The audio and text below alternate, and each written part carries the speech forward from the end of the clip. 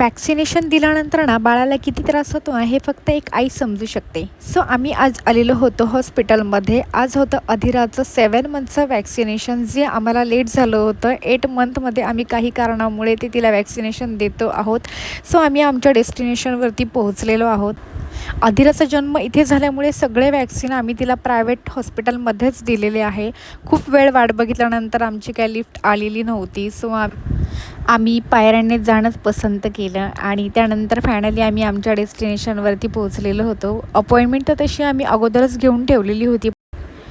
Time to time बाळाला vaccination देणं खूप गरजेचं असतं आणि लसीकरणानंतर बाळाची कुठली काळजी घ्यायची ना, यावरती डिटेल व्हिडिओ मी आपल्या चॅनलवरती अपलोड केलेला आहे. तो बघायला विसरू नका, नक्की बघा. आणि त्यानंतर आम्ही इथे एक अपॉइंटमेंट अजून घेतलेली होती, जी बाळाच्या हाईट आणि वेटसाठी होती. तर इथे ना एक रूम होता, जिथे फिश टँक वगैरे आणि बाळासाठी टॉईज वगैरे ठेवलेले होते. बाळाचे काही लर्निंग बोर्ड्स होते. त्यानंतर थोडा आम्ही इथे टाईम स्पेंड केला. अधिरा तर खूप छान प्ले टाईम घेत होती इथे. त्यानंतर तिने थोडेफार इथे जे टॉईज होते त्या टॉईजसोबत पण ती खूप छान खेळत होती.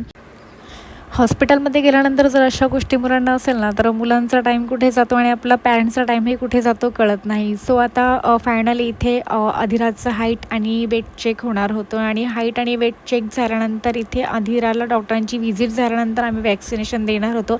सो तिचं आम्ही वेट केलं. तर वेट किती असेल, तुम्हाला काय वाटतं कमेंट करून नक्की सांगा. सो डॉक्टरांची इथे आता व्हिजिट होणार होती आणि नंतर वॅक्सिनेशन होणार होतं. तर डॉक्टरांची अधिरा खूपच लाडकी आहे. तर डॉक्टरांसोबत आम्ही तिचं फोटो सेशन केलं. तर कसं वाटलं तुम्हाला आजचा ब्लॉग कमेंट करून नक्की सांगा. जर अजूनही आपल्या चॅनलला सबस्क्राईब केलं नसेल तर सबस्क्राईब नक्की करा. भेटूया नेक्स्ट ब्लॉगमध्ये.